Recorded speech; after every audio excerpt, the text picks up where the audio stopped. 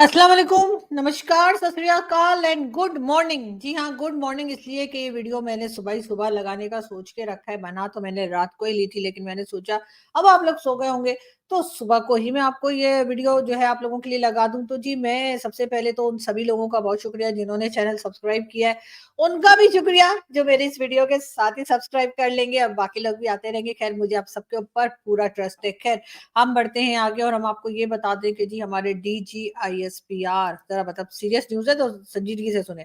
DG ISPR lieutenant general Ahmad शरीफ चौधरी साहब, जी हाँ, जिनकी मैंने अभी आपको फोटो दिखाई थी, खींच मेरी फोटो, जी हाँ, तो वो फोटो जो मैंने आपको दिखाई थी वो हमारे जी डीजीआईएसपीआर की है। और इन्होंने कल जी एक प्रेस ब्रीफिंग दी है और उसमें उनका कहना ये है कि जी पाकिस्तान में जो है वो डिजिटल दहशतगर्दी हो रही है।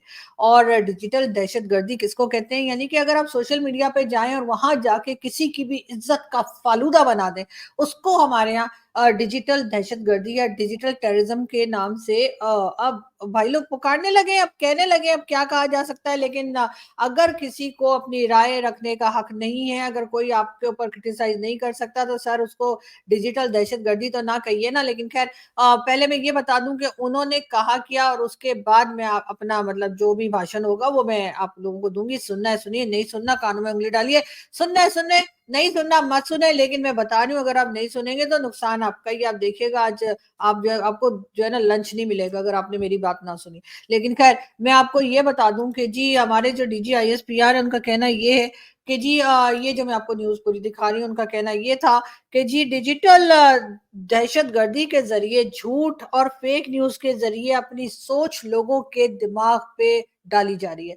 यानी कि उनका ये कहना था कि सोशल मीडिया का इस्तेमाल करके लोग जो हैं, लोगों को ब्रेन वॉश करके, जैसे मदरसों में होता है ना, ये डिजिटल में डिजिटल तरीके से बता रहे हैं, मदरसे वाली तरीका भी होता है, लेकिन मदरसे में आपको पता है क्या कुछ सिखाया पढ़ाया जाता है। और उनका ये कहना है जी डीजीआईएसपीआर का कि सोशल मीडिया के ज़रिए, डिजिटल तरीके से सोशल मीडिया के ज़रिए लोगों का ब्रेन वॉश करके अपनी सोच उनके दिमागों में डाली जा रही है। मतलब उनका ख़्याल है कि लोगों का अपना दिमाग नहीं है, जो सोच डाल दी जाएगी वही सोच जो है वो रहेगी। मतलब सर हर एक को आपने समझ रखा है कि आप लोग जैसे ले जाते हैं नॉर्दर्न एरियाज़ की सैर के लिए और उसके बाद छित्तर मार के जब वो बाहर आता है बंदा, जो भी या बंदी जिसको भी आप ले गए होते हैं, तो वो यही कह रहा होता है कि आप जो कह रहे हैं वो सही कह रहे हैं। तो आप इतने वही समझाएँ शायद सोशल मीडिया के ज़रिए भी लोग इसी किस्म से अपनी सोच जो है वो दिमागों में डाल लें। साथ उनका ये भी कहना था, डिजिटल दहशतगर्द यानी कि डिजिटल टेररिस्ट जो हैं, उनका कभी-कभार पता नहीं चलता कि वो कौन है और कहाँ बैठे हैं। उनका इशारा पीटीआई के लोगों की तरफ है, जो कि मैंने हमेशा कहा कि इमरान खान ने कुछ और किया हो, ना किया हो, अपनी पॉलिटिकल पार्टी को ये बहुत अच्छे से सिखाया है कि सोशल मीडिया का इस्तेमाल कैसे करते हैं, सोशल मीडिया के ज़रिए अपनी बात दूसरे तक कैसे पहुँचाते हैं। अब दूसरा उसको माने या ना माने वो एक अलग डिबेट है, या वो उसकी मर्ज़ी है सुनने वाले की, लेकिन अपनी बात पहुँचाना सर हर एक का जो है वो राइट है। अब ये और बात है कि आप किसी के राइट्स ना माने तो और तरीके से मतलब आप कह सकते हैं, लेकिन बहरहाल ये हर इंसान का बुनियादी हक होता है, उसके राइट होता है कि वो अपनी बात को किसी दूसरे तक पहुँचा सके। बाकी दूसरे ने अगर नहीं मानना तो नहीं मानना, वो एक अलग बात है, लेकिन बहरहाल अपनी बात पहुँचाना हर एक का हक है और मेरे ख्याल है ये हक हर इंसान को मिलना चाहिए, चाहे वो पाकिस्तान में है या कहीं भी बैठा है। साथ-साथ जी उनका ये भी कहना है,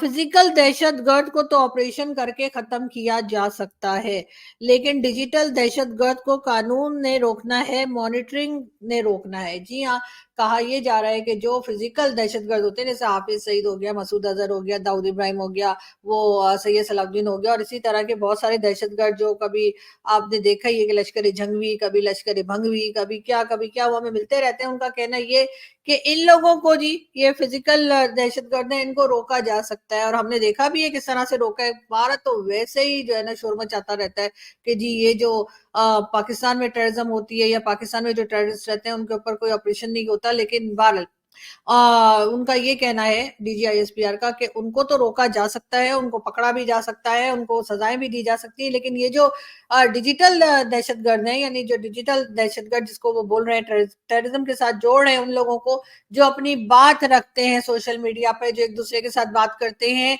अपना पॉइंट ऑफ व्यू रखते हैं। अब हमारा पॉइंट ऑफ व्यू सही है गलत है वो एक अलग अलग डिबेट है, वो किसी को मानना है नहीं मानना, उससे किसी की जान नहीं जा रही सर। ठीक है ना।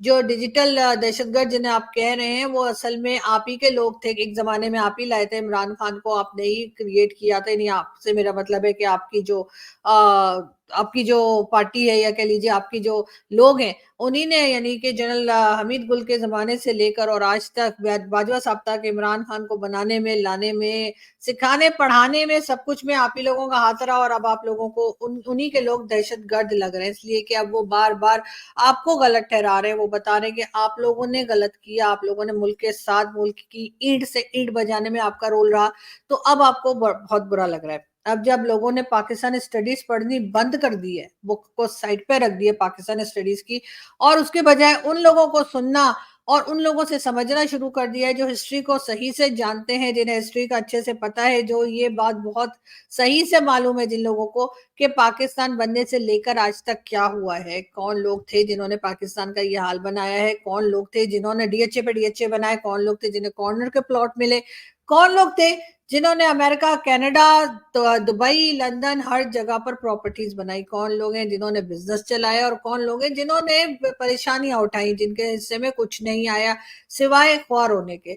तो अब आपको लग रहा है कि जी ये कोई डिजिटल दहशतगर्दी या टेररिज्म चल रही है। वैसे तो खैर टेररिज्म पे आपने कभी खुल के काम नहीं किया। हाँ, कुछ ऑपरेशन वगैरह जरूर आपने अनाउंस किए, जैसे ही आईएमएफ का पैसा आता है, जैसे वर्ल्ड बैंक का पैसा आता है, या किसी भी दुनिया के कोने से पाकिस्तान को पैसा मिलता है, तो उसके साथ ही आप लोग सोचते हैं चलो कोई ऑपरेशन लॉन्च कर देते हैं, मतलब ये कि कुछ ना कुछ तो करेंगे ना। लेकिन बहरहाल अब आपकी नजर है सोशल मीडिया के ऊपर। अगर आप सोशल मीडिया को ऊपर बैन तो आपने पहले ही लगा रखा है, ट्विटर ओपन नहीं होता है, और भी कई तरह की चीजें जो है आपने रोक के ऊपर लगा दी है। अब आप लोग जो है फायर वॉल भी लेकर आ गए हैं, लेकिन लोगों को कैसे रोकेंगे, लोगों की सोच को कैसे बदलेंगे, लोगों की सोच में आप ये कैसे डालेंगे कि जी आप लोग सही कर रहे हैं और पब्लिक ही गलत सोच रही है, लोगों की सोच में आप ये कैसे डालेंगे कि जी आप लोगों ने कोई गड़बड़ नहीं की है और सब कुछ किया जो है वो पॉलिटिशियंस ने किया। बेचारे पॉलिटिशियंस, उनकी गर्दन पतली होती है, चाहे वो इमरान खान हो, चाहे वो नवाज शरीफ हो, चाहे वो आसिफ अली जरदारी हो, चाहे वो बेनजीर भुट्टो या जुल्फिकार अली भुट्टो हो। तो सर अब प्रॉब्लम ये है कि अगर आप डिजिटल मीडिया को अगर किसी तरीके से रोक भी देंगे, सोशल मीडिया को भी अगर बैन कर भी देंगे, तब भी लोग रुकने वाले नहीं हैं। लोग किसी ना किसी तरीके से कोई जुगाड़ लगा के कुछ ना कुछ कर ही लेंगे। और वैसे भी पीटीआई के ज्यादातर लोग तो यहाँ मौजूद ही नहीं है, आप खुद कह रहे हैं कि जी उनको पकड़ना मुश्किल है, मालूम नहीं कहाँ बैठे हुए हैं। तो वो जी पूरी दुनिया में बैठे हुए हैं, वो सिर्फ पाकिस्तान में नहीं। ठीक है, पाकिस्तान वालों को आप कुछ कर सकते हैं, मारेंगे पीटेंगे, उठा के ले जाएंगे, लेटर भेजेंगे, डराएंगे धमकाएंगे, लेकिन जो लोग पाकिस्तान से बाहर हैं सर, उनका क्या करेंगे? तो बेहतर ये नहीं होगा कि अपने आप को ही सुधार लें, तो वो सारा प्रॉब्लम ही हल हो जाएगा। लेकिन खैर हम आगे बढ़ते हैं, हम सर की मजीद बातें भी बताते हैं। और जी हमारे डीजीआईएसपीआर का कहना ये भी है, तेल की स्मगलिंग से रोजाना करोड़ों रुपया कमाया जाता है। ये तो सर हम कब से कह रहे हैं, गले फाड़ फाड़ के कह रहे हैं। और ना सिर्फ हम कह रहे हैं, हमारे जैसे बहुत से यूट्यूबर्स कह रहे हैं, हमारे जैसे बहुत से जर्नलिस्ट कह रहे हैं, हमारे जैसे बहुत से लोग जो सोशल मीडिया पर हैं वो कह रहे हैं। और ना सिर्फ हम कह रहे हैं, बल्कि भारत से भी हमारे कई दोस्त जो है वो गले फाड़ फाड़ के कह रहे हैं कि जी बॉर्डर पे, यानी अफगान बॉर्डर पे भी और साथ ही बलूचिस्तान बॉर्डर पे भी, ईरान बॉर्डर पे भी जो है वो स्मगलिंग चल रही है, और बड़े धड़ल्ले से चल रही है। और वहां पर हालांकि आपने इतनी चौकियां बना रखी है सर, जगह जगह पे चेक पोस्ट है। अगर कोई अफगानिस्तान चला जाए, या ईरान के बॉर्डर की तरफ हो, या केपीके में कहना चाहिए अफगानिस्तान बॉर्डर की तरफ हो, चाहे ईरान, अफगानिस्तान, या फिर कुछ भी समझ लीजिए, जहां से भी पाकिस्तान का बॉर्डर लगता है, इंडिया को छोड़ के, कि इंडिया के साथ अभी हम स्मगलिंग वगैरह पे नहीं गए, वैसे ही थोड़े से ड्रोन श्रोन भेज देते हैं, उससे वो इतने बावले हो जाते हैं कि शोर मचाना शुरू कर देते हैं। ओ जी ड्रोन से उन्होंने भेज दिया, चर्च भेज दी उन्होंने, ये भेज दिया, ड्रग्स आ गए, ये हो गया। तो इसलिए उधर हम इतना नहीं कर रहे सर, लेकिन ईरान, बलोचिस्तान और उसके साथ साथ जो है वो केपी के साइड पर बॉर्डर पे तो बहुत दिन से स्मगलिंग हो रही सर, सिर्फ तेल की तो नहीं हो रही। आप कह रहे हैं तेल से करोड़ों कमाए, सर वो बाकी चीजें जो है उसका नाम कौन बताएगा? नहीं, मुझे तो नहीं पता, मुझे तो खुद नहीं पता, मैंने तो किसी से सुना था। लेकिन खैर वो भी आपको मालूम है कि वहां पे ड्रग्स भी जाती हैं, हथियार भी जाते हैं, और तेल तो जाता ही जाता है। लेकिन ये बात आप अब क्यों बता रहे हैं? आपको तो जैसे मैंने कहा कि वहां पे तो जगह जगह चेक पोस्ट है, और वहां से अगर ऐसा हो रहा है तो यकीनन उसमें मेरा ख्याल है आगे बढ़ती हूँ ना। कुछ तो समझ ही गए होंगे ना, कुछ तो आप लोग भी समझा करें ना, बगैर बोले से चाहते क्या आप लोग? मतलब अभी उन्होंने मुझे लव लेटर भेजा, अब आप लोग क्या चाहते हैं कि मुझे उठा के ले जाए? लेकिन खैर, मैं आपको ये बता रही थी सर, सर से मेरा मतलब है कि डीजीआईएसपी सबको, कि सर ये स्मगलिंग तो बहुत टाइम से चल रही है, और इसी से कमा कमा के आपके कितने ही लोगों ने पता नहीं कहाँ कहाँ पे आलीशान घर खरीद लिए हैं दूसरी कंट्रीज में, और हम यहाँ पे हमारे जैसे ही लोग रह गए जो सुबह से लेकर रात तक वीडियो बनाते रहते हैं और ख्वार होते रहते हैं, या फिर किसी जगह 9 to 5 जॉब कर रहे होते हैं और वहां पे जो है वो ख्वार हो रहे होते हैं, कह रहे होते हैं कि करें तो क्या करें, बिजली का बिल दें तो कैसे दें। तो सर ये सब कुछ तो चल रहा है, लेकिन ये आज इस बात का जिक्र निकालने की क्या जरूरत पड़ गई थी? मतलब ये कि आप ये कहना चाह रहे हैं कि सोशल मीडिया पे इज्जत का फालूदा बन रहा है, और ऐसा वैसा फालूदा नहीं, मतलब फालूदे पे फालूदा, फालूदे पे फालूदा बन रहा है, लेकिन आपसे कंट्रोल नहीं हो रहा और ना ही हो पाएगा। आप पाकिस्तान को चाइना नहीं बना सकते। उसके लिए करना ये होगा कि आप लोगों को सबसे पहले अपने आप को ठीक करना होगा, तो सोशल मीडिया पे जो लोग बोल रहे हैं वो बोलना खुद ही बंद कर देंगे। जाहिर है, जब तक आप पाकिस्तान का नहीं सोचेंगे और सिर्फ अपना सोचेंगे और यही कहेंगे कि नहीं जी हमारी इज्जत की जाए चाहे हम किसी की इज्जत ना करें, तो सर इसी किस्म के वाकयात होते रहेंगे, और इससे कोई फर्क नहीं पड़ता कि आप सोशल मीडिया को बैन करने की बात कर रहे हैं। आपने जैसा कि यहाँ पर भी कहा कि मॉनिटरिंग से रोकना है, कानून से रोकना है, तो सर मॉनिटरिंग और कानून से बेशक रोकना हो, लेकिन बात सारी ये है कि मैं ये नहीं कह रही कि जो लोग बहुत ज्यादा बोल रहे हैं वो कोई सही कर रहे हैं, लेकिन बहरहाल थोड़ा बहुत बोलना तो हर एक का राइट बनता है, और अगर वो सच बोल रहे हैं तो बहुत भी बोले तो सही है। लेकिन हाँ, गलत सर आपके ऊपर कोई नहीं लगा रहा इल्जाम, अगर गलत इल्जाम है तो आप लोग साबित कर दीजिए, ऐसे तो आप लोग भी बहुत बार इल्जामात लगाते हैं, और हमारे पॉलिटिशियन हो या सिविलियंस हो उनके ऊपर इल्जामात लगा के उनको सालों साल जेल में रखते हैं, और ना सिर्फ जेल में रखते हैं, फांसी भी लगा देते हैं। जुल्फिकार अली भुट्टो एक मिसाल है ऐसे ही केसेस की। लेकिन बहरहाल अब आप जो है मुझे लग रहे हैं सर थोड़ा घबरा गए हैं, थोड़े परेशान हो गए, वो आपको नहीं होना चाहिए था, इसलिए कि सर ऐसे मतलब इमरान खान के लोगों से क्या डरना? आप ही के तो बनाए हुए हैं, आप ही के सिखाए हुए हैं, और अब आप उनसे डर रहे हैं। हालांकि पहले इमरान खान ही कहते थे कि आर्मी चीफ जो है वो कौम का बाप होता है, और मैंने तो कई बार कहा कि भाई ये कौन सा बाप है जो हर 3 साल बाद बदल जाता है, लेकिन इमरान खान ने ये बात कही थी। और अब आप चाह रहे हैं कि जी सोशल मीडिया पे जो है किसी ना किसी तरह से पाबंदी लग जाए, ताकि आपको जो कहा जा रहा है वो ना कहा जाए। साथ ही साथ जी सर ने कुछ बातें और भी की, वो भी मैं आपको बता देती हूँ।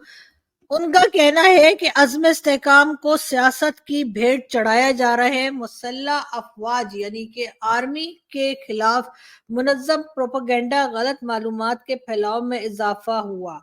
ये कहना है जी डीजीआईएसपीआर का, कि जो ये एक और ऑपरेशन करने जा रहे हैं, या इन्होंने कहा अनाउंस किया है कि अज़्म इस्तेहकाम के नाम से, उनका कहना है जी उसके खिलाफ भी प्रोपेगेंडा किया जा रहा है। सर उसके खिलाफ कोई प्रोपेगेंडा नहीं हो रहा, आपने कहा है ऑपरेशन आप लोग करने जा रहे हैं तो बस कीजिए, जाइए और जाके ऑपरेशन स्टार्ट कीजिए। ये तो आप ही लोग स्टार्ट नहीं कर रहे, बार बार जी वहां केपीके के लोग अलबत्ता ये कह रहे हैं कि जी इस बार आप पंजाब से शुरू कर दीजिए।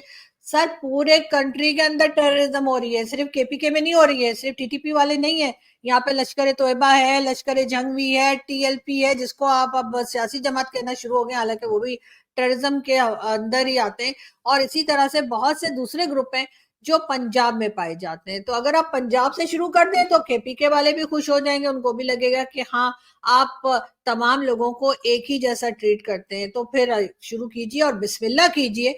कहां से भला? पंजाब से। और ऑपरेशन स्टार्ट कीजिए लाहौर से, और उसके इर्द गिर्द के जितने पंजाब के इलाके हैं वहां से ऑपरेशन शुरू कीजिए। इसलिए कि सर टेररिस्ट तो टेररिस्ट होता है, उसका ये नहीं होता कि वो केपीके में है तो वो टेररिस्ट है, और अगर वो पंजाब में आ जाएगा तो वो हाफिज सईद बन जाएगा, या फिर वो बन जाएगा कि जी ये तो कोई मसीहा है हमारा, ये तो जी मुजाहिदीन है, ये तो जी फ्रीडम फाइटर है। इस किस्म की चीजें आप लोग सिर्फ और सिर्फ ये पंजाब में बैठे हुए जो टेररिस्ट है उन्हीं के लिए इस्तेमाल करते हैं।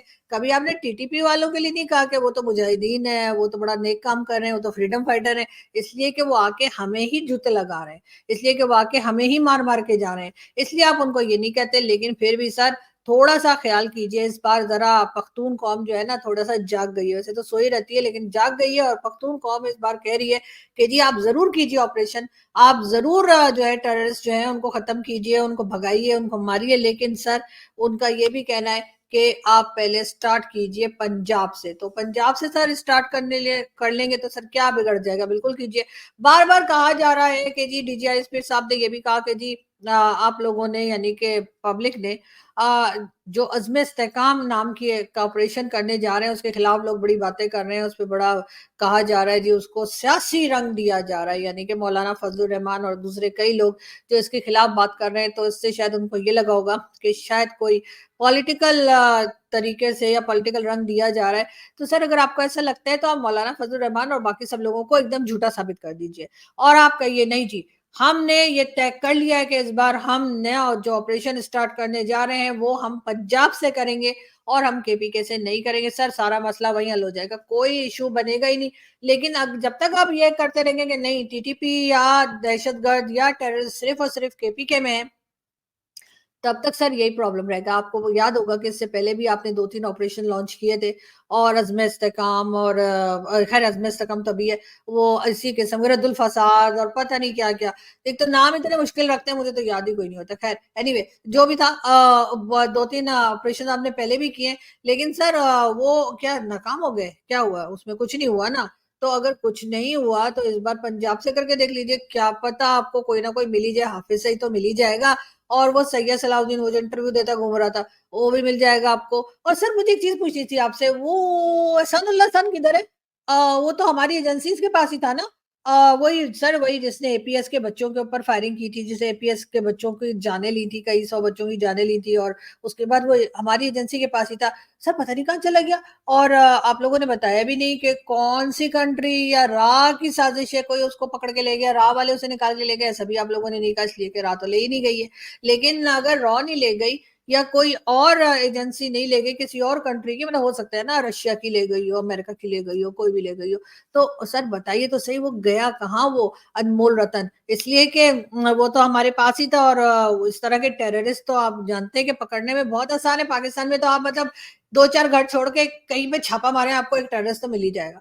तो इतने तो हमने भर रखे हैं, ये मैं नहीं कह रही, ये मैं नहीं कह रही। ये इमरान खान ने कहा था, इमरान खान का अपना दावा था कि पता नहीं 40,000 टेररिस्ट उन्होंने बताए थे कि पाकिस्तान में रहते हैं और वो भी यहाँ नहीं अमेरिका में जाके बता कर आए थे खान साहब और उसके बाद आके मुकर गए कहने लगे नहीं मैं तो कुछ और कह रहा था मैं तो पता नहीं कोई और बात बता रहा था लेकिन खैर इमरान खान ने ये कहा था चले इमरान खान की बात पे तो वैसे भी हम लोग कोई बिलीव नहीं करते और आप तो बिल्कुल ही नहीं करते तो इमरान खान को छोड़िए लेकिन मैं फिर भी कह रही हूँ हाफिज सईद भी इधर ही है वो सैयद सलाउद्दीन भी इधर ही है वो दाऊद इब्राहिम भी इधर ही है वो साला हमने तो सुना सुना था मर गया लेकिन खैर जिंदा है वो मैंने सुना अभी तक पता नहीं वैसे देखा किसी ने नहीं है पता नहीं जिंदा है कि नहीं लेकिन बहरहाल वो है उसके साथ जो है ये मसूद अजहर और कितने ही टेररिस्ट यहाँ बल्कि अभी तो हमें आपको मालूम ही होगा सर कि वो जो था अलकायदा उसका भी एक बंदा पकड़ा गया है जी हाँ वही जो ओसामा बिन लादेन के साथ था 1996 में ये बताया जा रहा है कि ओसामा बिन लादेन और वो दोनों बैठ के ना टीवी देखा करते थे लेकिन मुझे ये बता दीजिए कि जब ये सारे लोग यहाँ पंजाब में मौजूद हैं यहीं से पकड़े जा रहे हैं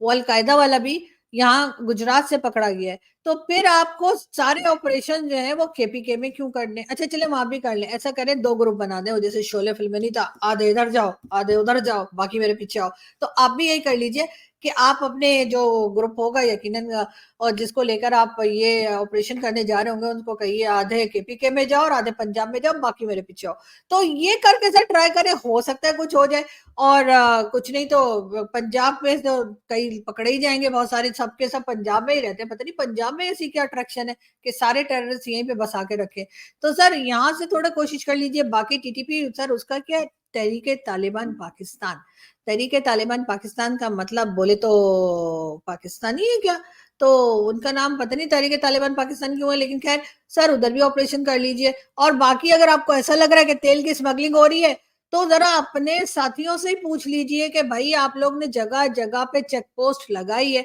तो ये स्मगलिंग कैसे हो पा रही है यानी कि इसका तो मतलब ये है कि दाल में कुछ काला है नहीं, नहीं, पूरी दाल ही काली है। सर मुझे लगता है पूरी दाल ही काली है। आप चेक करें ज़रूर आपके अपने ही लोग जो है ना वो निकलेंगे इस स्मगलिंग में इन्वॉल्व। इसलिए कि अगर ये इन्वॉल्व ना होते तो इतनी चेक पोस्ट होने के बाद ये करोड़ों रुपए की स्मगलिंग जो ऑयल की चल रही है वो कैसे होती?